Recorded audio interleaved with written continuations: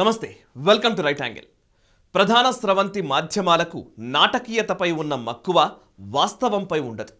ఈ విషయం మరోసారి రుజువైంది. భారత్ చైనా ద్వైపాక్షిక సంబంధాల్లో ఘర్షణ, గాల్వాన్ లోయలో సరిహద్దు వివాదం చిలికి చిలికి గాలివానగా మారి 20 మంది సైనికుల ప్రాణాలను బలి తీసుకుంది. ఉద్రిక్తత తీక్షణమైంది.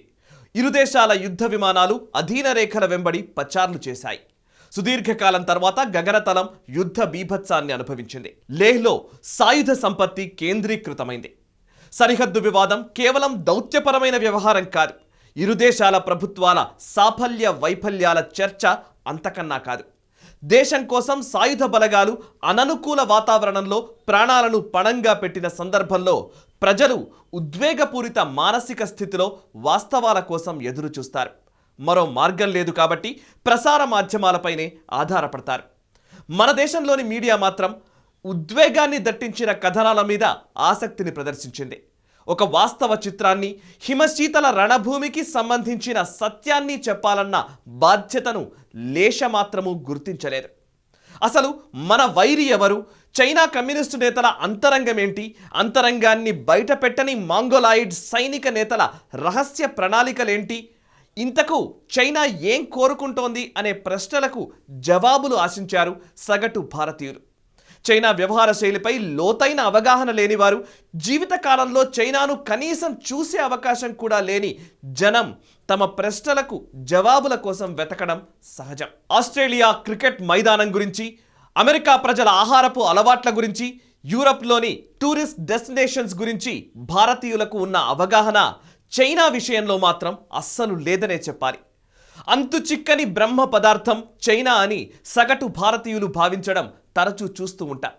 తమ దేశానికి సంబంధించి ఏ వాస్తవము సరిహద్దు దాటకుండా, వినువీధిలో సంచరించకుండా, గూఢచారుల చెవిన పడకుండా కాపాడుకుంటున్న ఏకైక ముసుగు దేశం చైనా.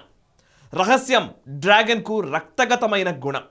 ఈ విషయాన్ని 1927లోనే మావో తొలిసారి హునాన్ ప్రావిన్స్ శరత్కాలపు తిరుగుబాటు సందర్భంగా తేల్చి చెప్పారు. రహస్యమే మన బలం, విజయం కోసం సహచరుణ్ణి మోసగించక తప్పదు, యుద్ధమంటేనే మోసమంటూ తెగేసి చెప్పాడు మావో సేటు. ఇక అటువంటి చైనా అధ్యక్షుడైన షీ జిన్పింగ్ గురించి ప్రపంచానికి ఒక పార్శ్వం మాత్రమే తెలుసు. మరోవైపు సైనిక నియంతగా, చైనా కమ్యూనిస్టు పార్టీ ప్రధాన కార్యదర్శిగా, సెంట్రల్ మిలిటరీ కమిషన్ చీఫ్గా, చైనా అధ్యక్షుడిగా ఆయన ఏ ముఖాలతో ఎన్నెన్ని ఎత్తుగడలు రచిస్తాడు? జిన్పింగ్ ఇటీవలి వ్యూహాలకు చైనా అంతర్గత సంక్షోభానికి ఏమైనా సంబంధం ఉందా? డెంగ్ జియావోపింగ్ రాజ్యాంగ సవరణ రద్దుపై చైనాలో వ్యతిరేకత వ్యక్తమవడం జిన్పింగ్ పదవికి గండంగా మారిందా? ఎప్పుడూ లేని విధంగా చైనా ఇంత దుందుడుకు వ్యవహార శైలిని ఎందుకు ప్రదర్శిస్తోంది? ఇలాంటి ప్రశ్నలు ఉపరితల రంగంలో ఇటీవల తరచూ వినిపిస్తున్నాయి. వీటికి ప్రస్తుతం జవాబులు వెతికే ప్రయత్నం చేద్దాం.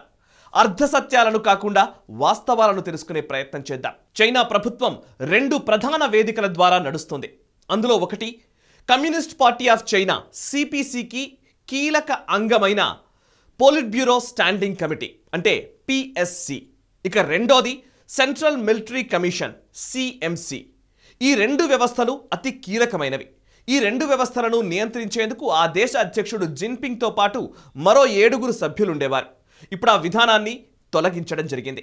వివిధ పదవుల ఎంపిక విషయంలో నియంతృత్వ ధోరణి ప్రదర్శించడం, అయిష్టతను వ్యక్తపరిచే హక్కు లేకపోవడం అన్నది చైనాలో సర్వసాధారణ విషయం. పదవుల ఎంపికలో ఇష్టాయిష్టాలను పరిగణలోకి తీసుకోవడం అన్నది 80వ దశకం వరకు ఓ మోస్తరుగా అమల్లో ఉండేదని పరిశీలకులు చెప్తుంటారు. 1980లో డెంగ్ జియావోపింగ్ చైనా అధ్యక్ష బాధ్యతలు చేపట్టిన తర్వాత చైనాలో అనేక సంస్కరణలు మొదలయ్యాయి. మార్క్సియన్ సిద్ధాంతాలను డెంగ్ జియావోపింగ్ బుట్టదాఖలు చేశాడు. గొంతుపై కత్తి పెట్టి నిర్ణయాలు అమలు చేయడమే కీలకమని భావించాడు. మార్కెట్ ఎకానమీ, రాక్షస ఆకలిని సంతృప్తి పరిచేందుకు కేవలం సైనిక శిక్షణ తీసుకున్న నియంత స్వభావం ఉన్న వారిని మాత్రమే పదవులకు ఎంపిక చేశాడు డెంగ్ జియావోపింగ్. డెంగ్ తొలుత 1978లోను, తర్వాత 1991లోను తానేమిటో నిరూపించారు. అప్పటి వరకు అమల్లో ఉన్న మావో విధానాల నుంచి పూర్తిగా వైదొలిగి కమ్యూనిస్టు పార్టీ సోషలిస్ట్ సిద్ధాంతాన్ని, ఆర్థిక సంస్కరణలను మార్కెట్ ఎకానమీకి అనుసంధానించాడు డెంగ్ జియావోపింగ్. డెంగ్ జియావోపింగ్ రాజ్యాంగ సవరణ రద్దు తర్వాత ప్రస్తుత పరిణామాల్లో సంక్షోభం నెలకొంది. చైనా విప్లవం తర్వాత రూపొందిన రాజ్యాంగంలో దేశాధ్యక్ష పదవీకాలం విషయంలో నిర్దిష్టమైన గడువేది విధించలేదు. గడువు అక్కర్లేదనేది అప్పట్లో మావో భావన. ఆ కారణంగానే మావో సేటుంగ్ లిన్ పియావోను తన తర్వాత అధ్యక్షుడిగా ప్రకటించారు. ఆ తర్వాత డెంగ్ రాజ్యాంగ సవరణ అవసరమని భావించారు. ఎంత గొప్ప నాయకుడైనా 2 సార్లకు మించి అధ్యక్ష పదవి చేపట్టరాదు. ఒక దఫా 5 ఏళ్లు, రెండో దఫా మరో 5 ఏళ్ల చొప్పున మొత్తం 10 ఏళ్లకు మించి పదవిలో కొనసాగే విధంగా 1982లో నాటి చైనా అధినేత డెంగ్ జియావోపింగ్ రాజ్యాంగాన్ని సవరించారు. మావో సేటుంగ్ అనంతరం మరో జీవితకాల నియంత మరొకరు ఉద్భవించకుండా ఉండేందుకు డెంగ్ జియావోపింగ్ ఈ సవరణ తీసుకువచ్చారు. అనంతర కాలంలో ఈ సవరణని 2018లో ప్రస్తుత చైనా అధ్యక్షుడైన షీ జిన్పింగ్ సవరించడం జరిగింది. ఈ షీ జిన్పింగ్ నేపథ్యాన్ని ఒకసారి గమనించే ప్రయత్నం చేద్దాం. కెమికల్ ఇంజనీరింగ్ చదువుకున్న జిన్పింగ్ అనేకసార్లు చైనా కమ్యూనిస్టు పార్టీ చేతిలో శిక్షలకు గురై రాటుదేలి పైరవీతో సిపిసిలో సభ్యత్వం పొందాడు. కాలేజీ రోజుల్లోనే విపరీత స్వభావం ఉన్న షీ జిన్పింగ్ను చైనా కమ్యూనిస్టు పార్టీ గ్రామాల్లో పనిచేయమని పంపించింది. అక్కడ ఉండలేక బీజింగ్ పారిపోయి వచ్చాడు జిన్పింగ్. దీంతో శిక్షకు గురయ్యాడు కూడా. 1982లో సెంట్రల్ మిలిటరీ కమిషన్లో ఎట్టకేలకు స్థానం సంపాదించుకున్నాడు షీ జిన్పింగ్. షీ జిన్పింగ్ గతం కూడా ఆసక్తిదాయకంగా ఉంటుంది. జిన్పింగ్ తండ్రి ఎనాన్ లాంగ్ మార్చ్ సమయంలో మావో సేటుంగ్కు ఆశ్రయమిచ్చి ఆయనకు దగ్గరయ్యాడు. ఆ తర్వాత రోజుల్లో అనేక పదవులు కూడా పొందాడు. మావో మరణం తర్వాత డెంగ్ జియావోపింగ్ అధికార పగ్గాలు చేపట్టిన తర్వాత ఊహించని పరిణామాలను చైనా సమాజం ఎదుర్కొంది. కమ్యూనిస్టు పార్టీకి దగ్గరగా ఉన్న వర్గాల్లో రకరకాల సెక్షన్లు పుట్టుకురావడం, వాటి ప్రాబల్యాలకు అనుగుణంగా పదవులు పొందడం పరిపాటిగా జరిగిపోతూ వచ్చింది. Shanghai gang, military gang, communist youth league, కులీన గ్యాంగ్ ఇలా ప్రభావిత సెక్షన్లు పదవుల పందేరంలో లాభసాటి పదవులు పొందారు. అలాంటి వారిలో జిన్పింగ్ కూడా ఒకడు. షీ జిన్పింగ్ చైనా అధ్యక్షుడిగా బాధ్యతలు తీసుకున్న తర్వాత డెంగ్ జియావోపింగ్ చేసిన అధ్యక్ష పదవి గడువుకు సంబంధించిన సంస్కరణను రద్దు చేయడం జరిగింది. అధ్యక్షుడితో పాటు ఉపాధ్యక్షుడి పదవీ కాలంపై పరిమితిని ఎత్తివేస్తూ రాజ్యాంగ సవరణకు 2018 మార్చి 11న China parliament national people's congress ఆమోద ముద్ర వేసింది. మొత్తం సభలో 2958 మంది అనుకూలంగా ఓటు వేశారు. 2 ఓట్లు మాత్రమే వ్యతిరేకంగా పడ్డాయి. మరో 3 సభ్యులు గైర్హాజరయ్యారు. 1954లో అమల్లోకి వచ్చిన చైనా రాజ్యాంగానికి ఇప్పటి వరకు కేవలం 5 సార్లు మాత్రమే సవరణలు జరిగాయి. తాజాగా జరిగిన ఈ 5వ సవరణ అత్యంత కీలకమైంది. ఈ సవరణ ఫలితంగా అధ్యక్షుడికి కాలపరిమితి ఉండదు. ప్రస్తుత అధ్యక్షుడు షీ జిన్పింగ్ జీవితకాలం అధ్యక్షుడిగా కొనసాగేందుకు అవకాశం ఏర్పడింది. తద్వారా జిన్పింగ్ శక్తివంతమైన నేతలా అవతరించారు. ఎవరైనా ఆయన్ను వ్యతిరేకిస్తే దాన్ని పార్టీ వ్యతిరేక కార్యకలాపాలుగా పరిగణించడం జరుగుతోంది. మొన్నటి వరకు 7 సభ్యులు గల నాయకత్వ కమిటీ ఉమ్మడిగా నిర్ణయాలు తీసుకునేది. ఇక నుంచి జిన్పింగ్ మాటకు ఎదురు లేకుండా పోయింది. ఆయన మాటే వేదవాక్కు, శిలాశాసనం. 2018లో జరిగిన రాజ్యాంగ సవరణతో చైనా ఏకపార్టీ దేశం మాత్రమే కాదు, మావో తరహాలో ఏకనాయకుడి దేశంగా మళ్లీ ఉద్భవించింది. మావో సేటుంగ్ హయాంలో సాంస్కృతిక విప్లవం వంటి ఘటనల్లో ప్రజలు లక్షలాదిగా హతమయ్యారు. నియంతృత్వ పోకడల వల్ల, ఆకలి చావులతో అనేక మంది చనిపోయారు. దీంతో నియంతృత్వ వ్యవస్థను నివారించేందుకు 1980లో డెంగ్ జియావోపింగ్ రాజ్యాంగ సవరణ చేశారు. ఆ తర్వాత వచ్చిన నాయకత్వ వ్యవస్థ డెంగ్ జియావోపింగ్ తర్వాత 1993 నుంచి 2003 వరకు అధ్యక్షుడిగా పనిచేసిన జియాంగ్ జెమిన్ 2003 నుంచి 2013 వరకు 10 ఏళ్ల పాటు అధ్యక్షుడిగా కొనసాగిన హూ జింటావో ఈ వ్యవస్థను ప్రోత్సహించారు. 2 దఫాల పదవీ కాలంతో పాటు అత్యంత కీలకమైన పార్టీ ప్రధాన కార్యదర్శి పదవి నుంచి కూడా వారు తప్పుకున్నారు.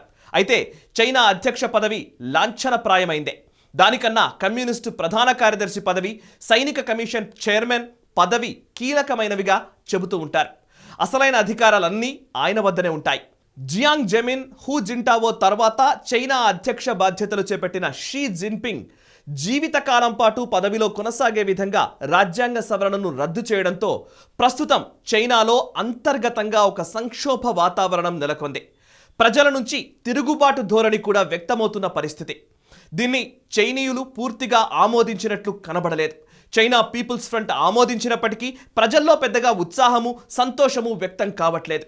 సామాజిక మాధ్యమాల్లో వ్యతిరేక వ్యాఖ్యలను ప్రభుత్వం తొలగిస్తూ ఉంది. ప్రభుత్వ అనుకూల వ్యాఖ్యలను మాత్రమే ప్రచారంలోకి తీసుకువస్తూ ఉంది. నేటికి కూడా అదే పరిస్థితి కనిపిస్తోంది. జీవితకాల పదవికి సంబంధించి అక్కడక్కడ అసమ్మతి గళాలు వినబడుతున్నప్పటికీ చైనా గట్టిగా వాటిని అణిచివేస్తూ వస్తోంది. తమ నిర్ణయాన్నే సమర్థించుకుంటూ ప్రచారం చేస్తోంది. పార్టీ అధికారాన్ని నాయకత్వ ఐక్యతను కొనసాగించడానికి పదవీ కాలంపై పరిమితి ఎత్తివేయడం అవసరమని అనివార్యమని షీ జిన్పింగ్ వర్గీయులు చెప్తూ ఉన్నారు. అధ్యక్ష పదవికి కాలపరిమితిని ఎత్తివేయడం అంటే అస్తవ్యస్త పరిస్థితులకు ఆహ్వానం పలకడమేనని చైనా అధికారిక యువజన పత్రిక మాజీ సంపాదకుడు లీ డాటాంగ్ హెచ్చరిస్తూ ఉన్నారు. ఇది దారుణమని, నియంతృత్వానికి దారితీస్తుందని ప్రభుత్వ సంస్కరణల్లో కీలక పాత్ర పోషించిన మహిళా వ్యాపారవేత్త లింగ్ యింగ్ కూడా ఓవైపు విమర్శిస్తూ ఉన్నారు. ప్రజాభిప్రాయంతో సంబంధం లేకుండా కీలక రాజ్యాంగ సవరణల్ని ఎలా రద్దు చేస్తారంటూ షికాగో యూనివర్సిటీలోని చైనా వ్యవహారాల నిపుణుడు డాలియాంగ్ ఇటీవలే షీ జిన్పింగ్ పై నేరుగానే విమర్శలు గుప్పించారు. ఈ విమర్శలు ఏవి జిన్పింగ్ కానీ ఆయన అనుచరులు కానీ పట్టించుకోవట్లేదు. ఓవైపు ప్రజల నుంచి వస్తున్న వ్యతిరేకత, మరోవైపు మేధావి వర్గం నుంచి వస్తున్న విమర్శల నేపథ్యంలో కమ్యూనిస్ట్ పార్టీ ఆఫ్ చైనా అంతర్గతంగా ఎదుర్కొంటున్న ఈ సంక్షోభాన్ని పరిష్కరించాలంటే భారత్తో యుద్ధానికి కాలుదువ్వడమే పరిష్కారమని భావిస్తున్నట్టుగా తెలుస్తోంది. ఈ సంక్షోభం నుంచి గట్టెక్కేందుకు జిన్పింగ్ బహుముఖ దాడిని ముందుకు తీసుకువచ్చి అటు దక్షిణ చైనా సముద్రం, భారత్తో సరిహద్దు వివాదం, హిందూ మహాసముద్రంలో భాగం కోరడం, ప్రత్యక్ష విదేశీ పెట్టుబడుల నిష్పత్తి పెంచుకోవడం, సైనిక చర్యలకు దౌత్య చర్చలకు ఏకకాలంలో ఆమోదం తెలపడమనే మల్టీ ప్రాంగ్డ్ అసాల్ట్కు దిగాడని అంతర్జాతీయ నిపుణులు పేర్కొంటున్నారు. చైనా ప్రస్తుతం ఎదుర్కొంటున్న ఈ అంతర్గత ఒత్తిడులను విస్తరణవాదంతో తప్ప మరో మార్గంలో పరిష్కరించుకోలేని స్థితిలో ఉందని విశ్లేషకులు చెప్తూ ఉన్నారు. చైనా, భారత్ సహా మరో 14 దేశాలతో కయ్యం పెట్టుకోవడం వెనుక ఉద్దేశం తాత్కాలిక ఉపశమనం కోసం మాత్రమే కాదు, దీర్ఘకాలిక వ్యూహాన్ని అనుసరిస్తున్న పరిస్థితి. కోవిడ్ తర్వాత అమెరికా బలహీన స్థితిలో ఉంది కాబట్టి ఆసియాపై పట్టు పెంచుకునేందుకు ప్రయత్నిస్తోంది చైనా. అది మాత్రమే కాదు, మంగోలాయిడ్ మనుషుల మానసిక స్థితిని అంచనా వేయడం అత్యంత కష్టసాధ్యమైన అంశమంటారు నిపుణులు. ఇందులో భాగంగానే విదేశాంగ నీతిని గుణాత్మకంగానే మార్చివేసింది చైనా. వ్యాపార సామ్రాజ్యాన్ని విస్తరించుకుంటూ ఆర్థిక కుంగుబాటును ఎదుర్కొంటున్న దేశాలను రుణాల పేరుతో లొంగదీసుకుంటోంది. దీన్ని పసిగట్టిన భారత్ అందుకు అనుగుణమైన సమర్థవంతమైన వ్యూహాలను రూపొందిస్తోంది. దౌత్యం మాటున దాడికి దిగే డ్రాగన్ను కట్టడి చేసేందుకు బహుముఖ వ్యూహాలకు పదును పెడుతోంది. ఈ వీడియో నచ్చినట్టయితే వెంటనే లైక్ చేయండి, 10 మందికి షేర్ చేయండి అండ్ మీ కమెంట్స్ రూపంలో మీ అభిప్రాయాలు మాతో పంచుకోండి. మనసా వాచా కర్మణ దేశహితం కోసం చేస్తున్న మా ప్రయత్నాన్ని ఆశీర్వదించండి. నేషనలిస్ట్ హబ్ యూట్యూబ్ ఛానల్ని సబ్స్క్రైబ్ చేసుకోండి. ఒకవేళ ఆల్రెడీ సబ్స్క్రైబ్ చేసుకున్నట్లయితే మీకు తెలిసిన వారి చేత కూడా ఈ ఛానల్ని సబ్స్క్రైబ్ చేయించండి. Thank you very much.